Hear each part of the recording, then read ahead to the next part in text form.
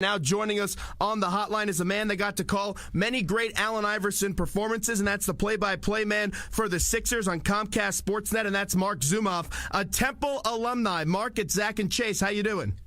I'm great, guys. Thanks for having me on. Well, thanks for coming on. You got to call a lot of classic Allen Iverson games to see the retirement that they're going to be and the ceremony that they're going to be having tomorrow night for him. What are some memories that come back into one Marc Zumoff's head when he thinks of Allen Iverson?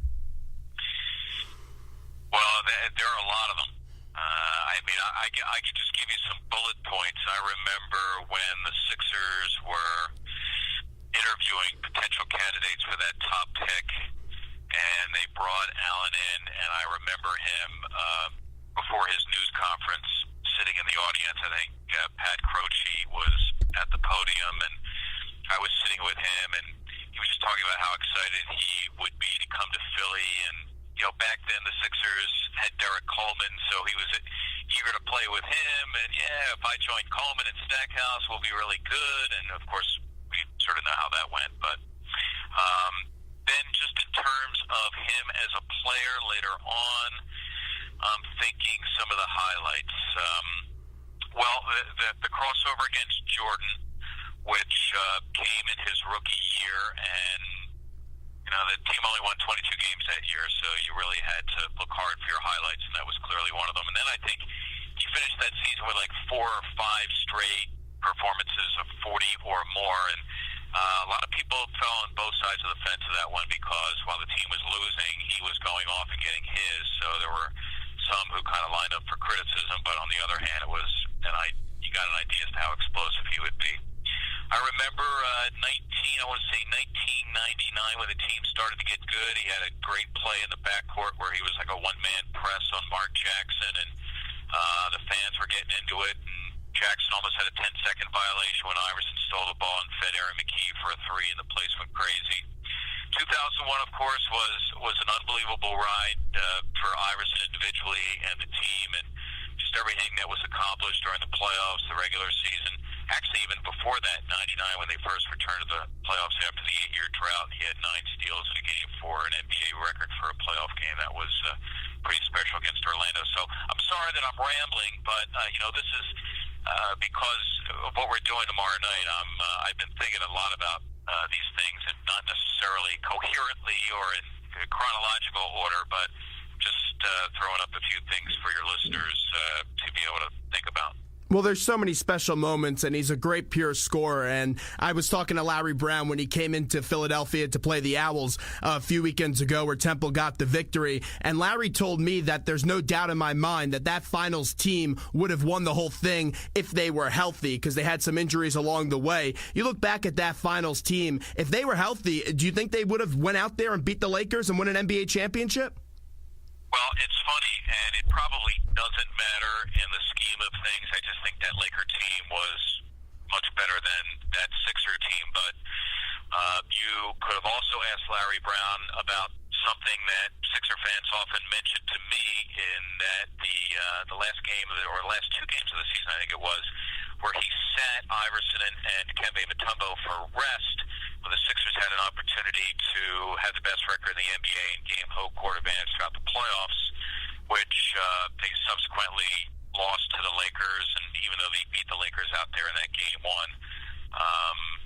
I just don't think it would have mattered. I think that even if the Sixers had the home court, the Lakers probably would have won that series. But as I think back, Larry did a great job, first of all, assembling the 4 guys around Iverson that he did. And then George Lynch broke his foot in Game 2 of the Toronto series. That was the Eastern Conference semifinals.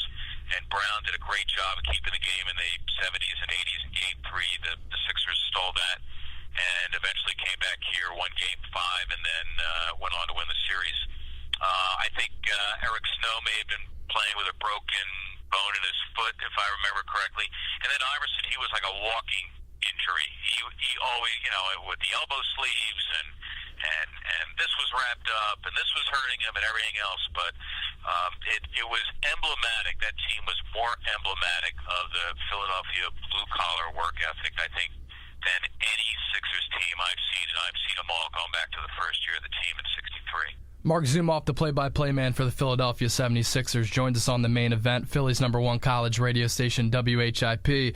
Mark, it's Chase. When the Sixers took Iverson first overall in 1996, the Sixers were just a bad basketball team, and he helped make that franchise relevant again.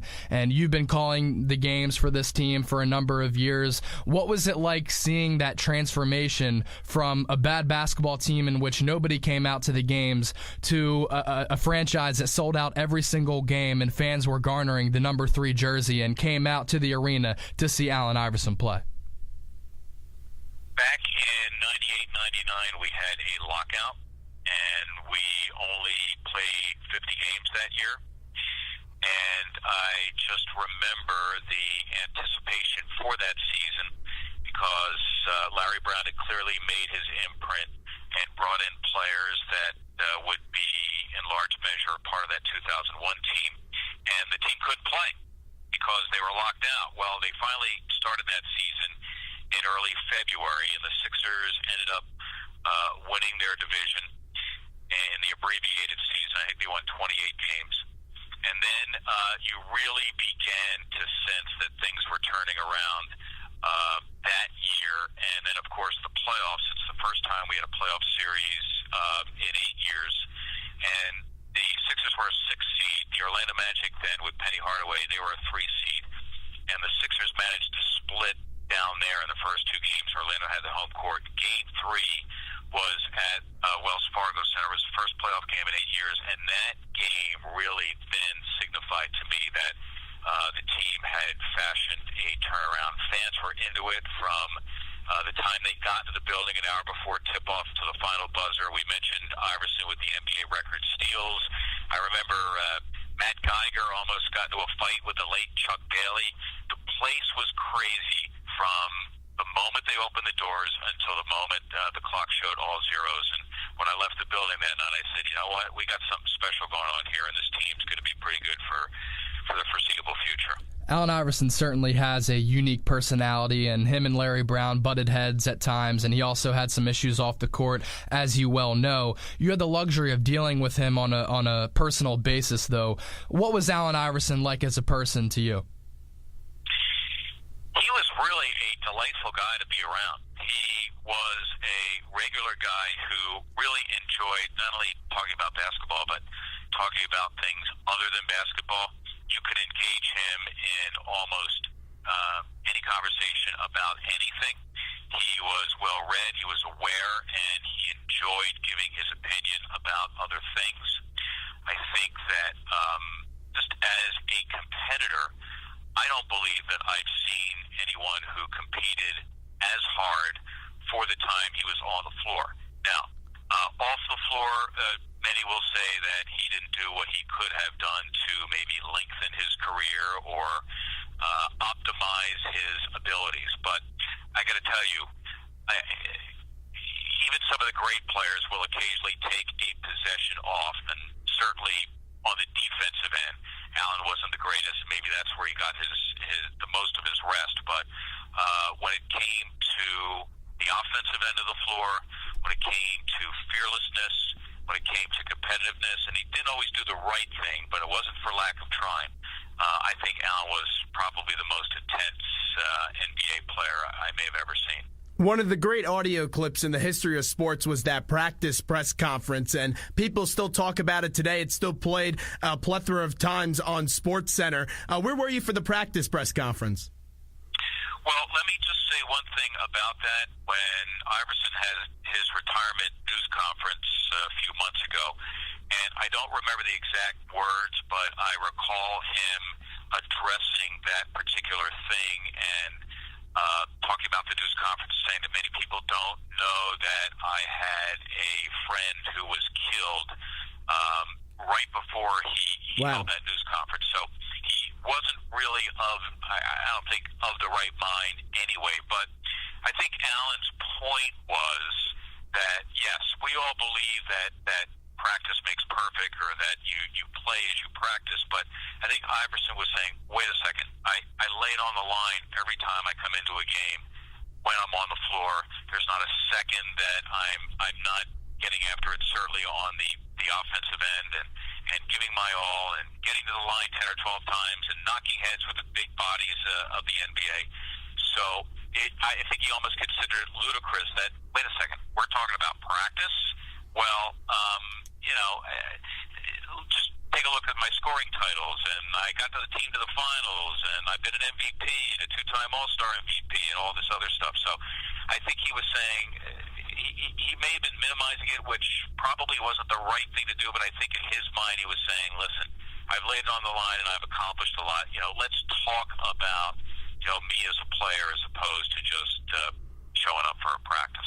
I'm not saying it was right. I'm not saying it was right, but I'm just trying to think about what he was thinking about the day that all that went on. We're spending a few minutes with Marc Zumoff from Comcast Sportsnet. And Mark, when he left in 2006, when he got traded, and you're always talking to players, fans, you do a great job at what you do. What were the emotions when he left in 2006? Because he's a very special player, as we all know. Yeah, and I think it was a mutual parting of the ways. The 2001 Magic was there and gone, and Billy King, who became the general manager, tried to pair him up with Chris Webber, tried to pair him up with Glenn Robinson, and none of that seemed to be working. That's the real genius of Larry Brown, is that he surrounded him with essentially 4 blue-collar guys and let Allen do his thing. But it just wasn't going to work any other way.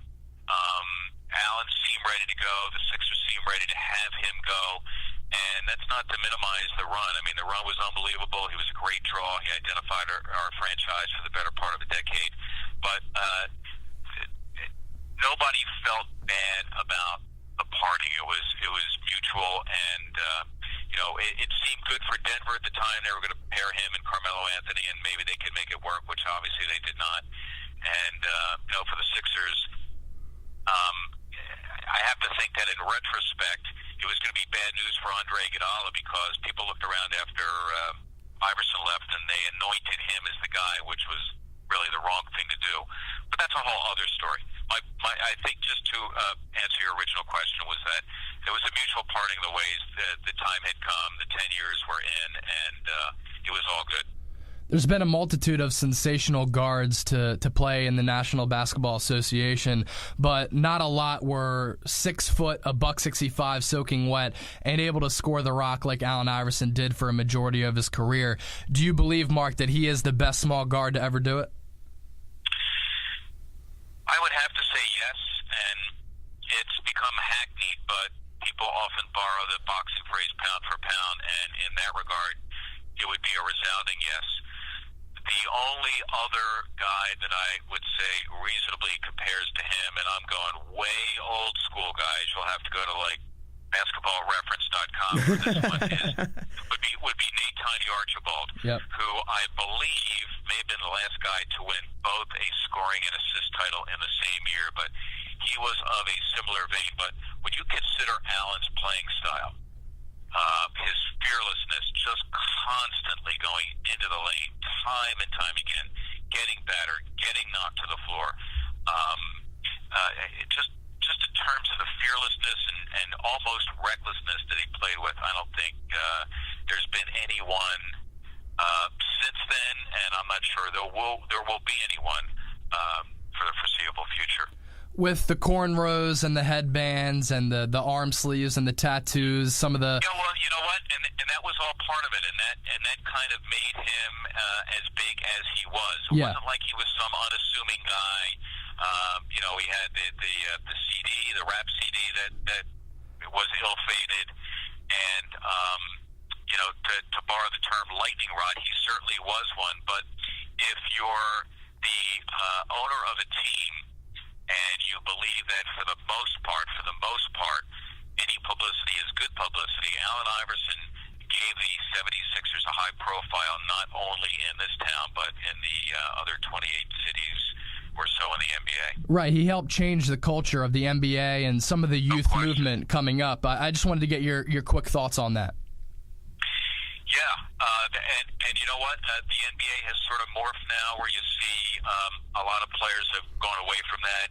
Guys will show up in suits and ties, and they're a little more businesslike. But for that time, Iverson did embrace hip-hop. He brought it much more mainstream, and the NBA was already into combining entertainment and basketball, so the skids were already greased, and Allen just kind of brought his end of it into the mix. And for jersey sales of other teams and old school stuff and the whole hip hop culture and the tattoos and everything, you could certainly look at him and say he was the guy who brought all that about. Two more questions with Marc Zumoff, the play-by-play man for the Sixers on Comcast Sports Net. And Mark, this team, the Sixers, they have a solid foundation in place already with Brett Brown at the head coaching position. You have Michael Carter-Williams, who's been sensational this year, and there's a lot of high expectations for Nerlens Noel as he is getting healthy. This team, though, has to continue to build through the draft. They made some trades to get some late second-round picks. They'll have 2 lottery picks as well. Do you have a preference, though, between the 2 big names and Andrew Wiggins and Jabari Parker? You know what? I would have you on my show, guys, and ask you because I have no idea. I just don't watch college basketball. I'm just too busy covering the NBA and doing other things. I do on occasion speak with Sam Hinkie about it, and of course he's not in a position to tip his hand. But I think that Jabari Parker is considered the more skilled guy. I think Andrew Wiggins is considered the terrific athlete. I will say that with the rise of Joel Embiid, the 7-footer, some people don't even think that Wiggins is the best player now on his team, let alone the number 1 pick of the draft. So, listen, I think the more immediate concern is get through this season, and then the next step will be the draft lottery, which is just a matter of luck.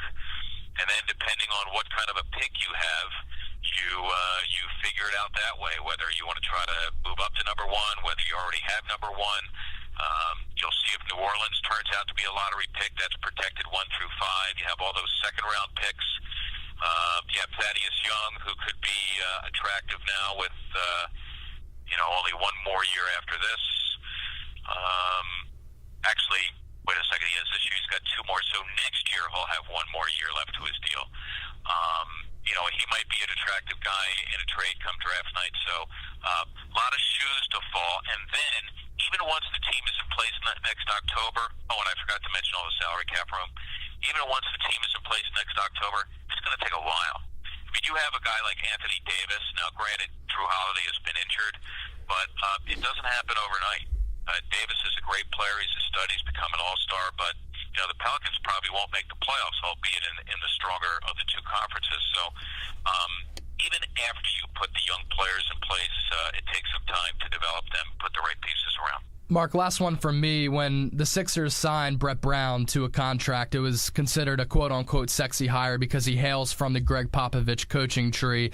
He knew what he was getting into. He knew it was going to take a while for this team to improve and start coming out on the winning side of games. But considering what he was given on the roster and the circumstances at stake, what do you think about the job he's been able to do so far in his first season as 76ers head coach? Well, if you consider his primary responsibility is to develop players, he's done a really good job. Michael Carter-Williams, now, granted this all started opening night, but still he was under Brett Brown's tutelage for a good month when you consider training camp and preseason. And I don't know anybody in basketball who is not surprised by what Michael Carter-Williams has done. So I would say give Brett Brown, a former point guard, some credit there. Players like Hollis Thompson, who were left undrafted, have become viable players. So that's Brett's main focus right now, is to do 2 things.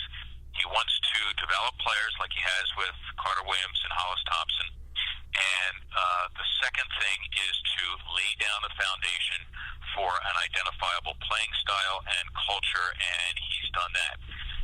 What he does not have are the players to fit into that playing style and culture, and that's up to Sam Hinkie and Brett in concert to both make that happen, and hopefully they will.